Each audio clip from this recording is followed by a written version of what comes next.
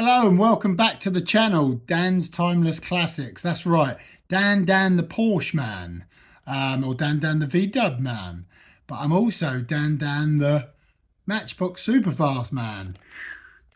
Yes, I've been doing this a lot longer than real cars. This comes from a childhood thing. So as you can imagine, it's something that I've built up over a long period of time and I have a lot of fun doing.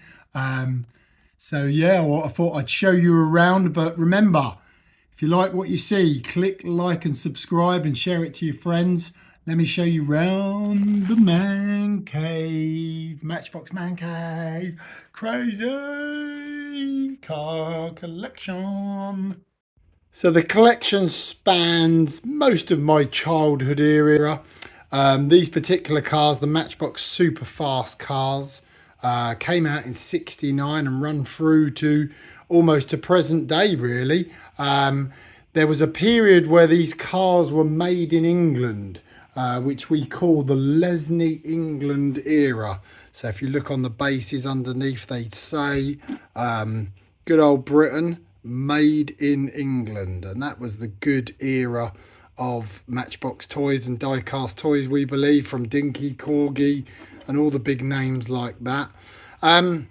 So the cars on the racks are all made in England era Matchbox cars. They're not as early as '69. I sold a lot of my early ones off years ago because my childhood was mostly '80s, born in 1980. Obviously, like most kids, I have hand-me-down second-hand toys. So yes, I had '70s toys from older siblings and cousins. But yeah, if I was in the shops buying them, by that point, Matchbox UK, Lesney England had gone into receivership. So by '82, they were then made in Macau, which is sort of the Far East. And sometimes you'll get them where they look identical to the Lesney model. If you take these two for an example, they look identical, but the bases are different. So one of the bases will say made in Macau. So there you go. That's post Lesney production. Although the date says 1979, in fact, that car is 1983 production, but the casting was originally made in 1979. So all of these ones will be made in England Lesney products issues, and then the transition to Macau happened at that point, 82, 83. So that's kind of a transition from the Lesney into the Macau period. So of course, as a young boy, I would buy Macau models in the shops, and those weren't in these lovely picture boxes. They were in a more generic, what we call a blue box. So you may remember these from the 80s, 82, 83, right into the mid to late 80s. Blister cards, darker blue boxes as they transitioned on. So my collection in here, as I say, is numbered 1 to 75. You'll see that I used the top shelf, and the top shelf is now empty up there. I'll come back to why that is, but you'll see that they're numerically listed. Number 16, Pontiac, one of my favourite cars. 17, bus. 18, motorbike. 19, cement mixer. 20, Range Rover, and so on, all the way down till we eventually get down the bottom there with the helicopters as number 75. Yeah, the reason why there's so many on here that look the same models, that, believe it or not, there is no two the same. So that'll throw a spanner in the works for you, won't it? But these are what we call variations. So when you see a car like, look at that silver Golf, one has a blue interior, one has a brown interior, one has a red interior, one has a different base, which is why it's on its side. Then there's green ones with different bases, there's red ones, there's yellow ones. So we call those variations. Now, variations are what transform the value on these things, because some of these cars can be £5, £10, then all of a sudden if it's got red seats, it's £50. You know, that red interior one there in a box mint is sort of £100, £150 model, brown interior 250, blue interior 600, just like that. So they can go up quite a lot due to depending what variation they are. They even made some in Brazil, where they scrubbed out the word made in England, a Brazilian issue, and something like that could go as high as £1,000. So yes, and sometimes it's just the fact they got a different label on the bonnet. Sometimes it's the fact they got different wheels. Sometimes it's the fact they got different seats, different shades of gold, different shades of green. I mean, the list is endless. I mean, look at all the RS2000s there. Blue labels, green labels, tan interiors, white interiors, red interiors, beige, blue. And then it gets really anal. Look at the bases, gloss blacks, into charcoals, into greys, you know, really crazy stuff. So yeah, that's what we call variational. So that's what makes them collectible and exciting, fun to collect. This now as a business, not just as a collector. I buy them, rack them up, I put them in here, I do live sales, go live on a mobile device, sell them, write people out an invoice ticket, invoice people, and yeah, and post them all over the world, hence all the packing materials you can see around the garage. A lot of that is storage, is stock, and again, some of my personal collection. I also collect some of the memorabilia that goes with these cars, so the gift sets. Remember these, the stunt jump sets, the track racing sets, the garages. There are a couple of trade boxes there, very rare. They would have been on the shop counter with the box models inside. The carry cases, which of course kids used almost like a lunchbox at school, and you put the cars in them and have the trays inside. Just really cool stuff. I mean, the artwork on this stuff is just amazing. They just don't make stuff like that no more. All that brightness, all that crazy. Look at the art on the lorries there. The police car. Just fantastic stuff. I also collect, as well as collecting that and collecting a lot more of the later stuff, so more of the 80s and 90s stuff from my childhood. I also collect just about anything from the 80s and 90s, a bit obsessive really. So, you know, books, Grange Hill, look, Masters of the Universe, He-Man, Return of the Jedi, Matchbox Annual, the Bigfoot, battery-powered Bigfoot truck with the pit stop. Remember these, the Barago 124 scale models. I mean, look at that. That's screaming 80s, isn't it? The model and the toy. You get these for Christmas off Nan and Grandad. The gift sets. Circus set. That's an ideal Christmas present, isn't it? The farm set. These are all great Christmas presents we would have got in the 80s and into the 90s. You know, by the time I got to sort of 13, I was into BMX bikes, mountain bikes and girls. And then, as you know, I hit 17 and then that was it. Cars, cars, cars. But real ones then, no more little ones. Although I still carried on collecting a few models. So yeah, you know, I thought I'd show you around. Show you some of my favourites and why. So I'm a big fan, TV, 70s, 80s fan. Obviously, like most of us, I want the models. I can't have the real cars. I can't be in the programmes or the movies, but I can collect the miniatures, can't I? So, ready, Cannonball Run. Days of Thunder, James Bond, Ghostbusters, Batman, Mad Max on the end there. Milady, Thunderbirds, Dukes of Hazzard, one of my favourites, as you can tell. Yeah, A-Team, Jurassic Park, Back to the Future, Knight Rider. Everybody's like Knight Rider, don't we? See, I still got it. And then my big passion is Pontiac Firebirds, Trans Ams, and we all know why, don't we? Yes, good old Smokey and the Bandit. God rest his soul. Bertie, love you, Bert. Smokey and the Bandit. They got the car films this guy gave us. Oh, he gave us Smokey. He gave us Sonny the Stuntman. He gave us Cannonball Run. He gave us it all, didn't he? Obviously, I'm a Porsche guy, so of course, yes, of course, Porsches feature in my madman cave, as you can imagine.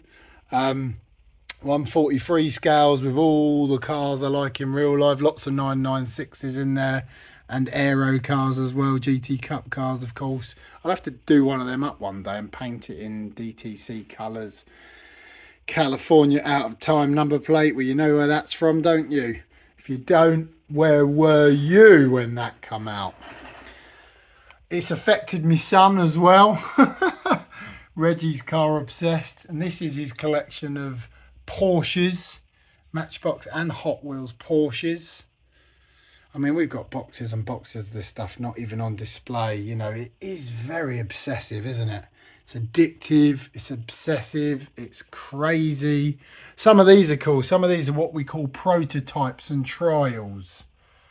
And you'll see there's a lot of spaces there, and some of that's because they're not filled because I haven't found that one that I'm looking for. But also, some of them have something to do with the fact that those shelves are cleared. So, call this an announcement if you like, hot off the press.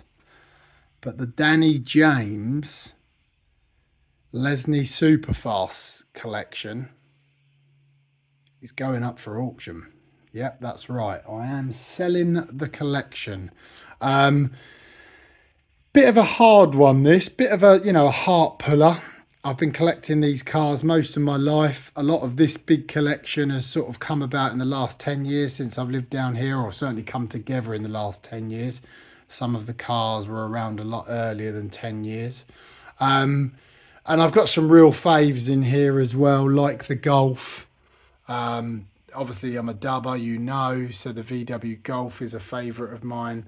Love an RS2000. Who doesn't love an RS2000? The police car, because it reminds me of Smokey and the Bandit. The Pontiacs are already mentioned over here, number 16. But there is a bigger thing happening. There's other things happening in my life, other directions I want to travel. So yeah, it's been a tough decision, and all these collections, I guess, come to an end at some point. Timing's right. I've got a lot going on, obviously, with the YouTube channel now. I'm really going to get serious about this. I really want to turn this garage back into a man cave, a working man's cave.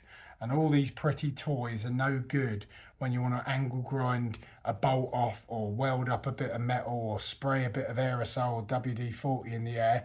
It doesn't really work. I do park a car in here. I do the odd easy clean jobs and detail cars in here. But this is a 2-car garage, and it needs to really house the two 911s. So that's one reason why I need to reorganise in here. Secondly, my dad passed away, sadly, in January of this year, which means I inherited my dad's man cave. And my dad's man cave is a real man cave. We're talking about benches, vices, bench drills, bench grinders, real car builder, car enthusiast, toys, tools, whatever you want to call them. Dad was a big toy collector as well, so I've got his collection to deal with. But I want to bring Dad's benches, and I want to put them here. I'm talking about benches that are 30, 40 years old. He's had these benches since I was a kid. The same vices since I was a kid. The same drills since I was a kid. I've built cars on those tools, and I want to bring them here, and I want to build more. I want DTC to be worked on in here.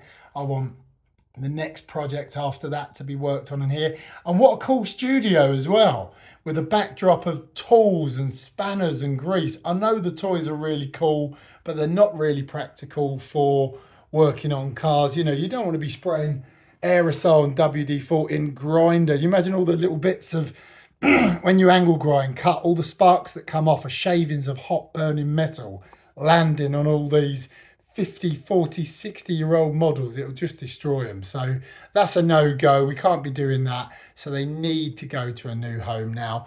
The sale will be a professional sale run by an auction house called Vectors. They were on the TV recently in a program called Scouting for Toys, which was a big success. I was on episode 2, if you like that. Danny from West Sussex dealer and collector.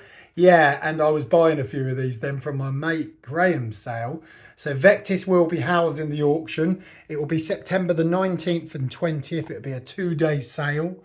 Everything will be pretty much individually listed, other than the fact that when you've got some of these cars and you've got like so many that look the same, but you might have, I don't know, let's say if you take these two, you've got a light and a dark shade where they're the same car, but it's just light and a dark. I'll probably double lot things like that together. So it'd be really interesting. And, you know, I'm very well known in the Matchbox world. I am Dan the Superfast man, they call me, because Matchbox is a bigger picture than just Matchbox Superfast. They go back a long way. They make a lot of things, king size, mocos, regular wheels. I just do Superfast. And for what I do in Superfast, without blowing my own trumpet, a lot of people probably hold me up there as far as knowledge and verification of things being correct and things like that. You know, my word is gold, and I really appreciate that, but it's taken 20 years of collecting and dealing to get to that point. So yeah, you know, I'm hoping that the crowds will come. They'll be bidding all around the world, and I'll get a good return for all these, because you can imagine I've put a lot of money in, and I'm packing them up now. So they're all going to be packed away securely and off on their way up to Vectis in the immediate future. So yes, it's sad. It is hurting my heart a little bit. I am going to keep some of the 80s and 90s stuff, which I'll put up in the loft, just out the way for now. But I think it's the right thing to do. I think converting this place back into a 2-car garage that's got a ramp in it, like a small scissor lift ramp, with the 2 silver 911s coming in, the aeros, and being able to lift the car in the air properly, work on it properly, grind, spray, lubrication, polishing, whatever I want to do, without having to worry about protecting the outside wall. I'm going to make it cool in here. It's going to have some good signs, point of sale. I'm going to keep some of the Matchbox banners and posters. My dad's got some really cool old gas cans and stuff like that, Pratt's oil cans, and we've got some really cool memorabilia between us. We'll get that up on the walls. We'll make it look cool. And yes, of course, toys will feature in here without a doubt. The bigger scale modern Porsches, they're going nowhere. They'll be out on the shelves, but I'm less precious about them getting dirty or, you know, grinding dust on them and things like that, because they're not of really any value to worry about. You know, these things you can buy still now, 5-10 quid, so they're not really worth anything. So yes, that's the sad truth of what's happening to the Matchbox collection. So I thought I'd show you it all before it's all packed away. So by the time this video comes out, unfortunately, it's already gone, because a lot of people are asking, can I come over and see it? But unfortunately, it's already going to be gone. So stay tuned. Remember, like and subscribe if you like the videos that I'm doing and you think we're having fun here, and keep watching and watch what we do to this garage and how we turn it into a proper 2-car garage man cave with a couple of Porsches in the middle. And let's get some interesting cars in here and work on them and have some fun in the meantime. Take care, keep watching. Remember, like and subscribe, share it to your friends, tell everyone about Danny and Dan's Timeless Classics. Thank you. Well, thanks for watching, folks, and if you've enjoyed that, please hit like and subscribe, and remember, all comments are welcome, so I look forward to hearing from you soon.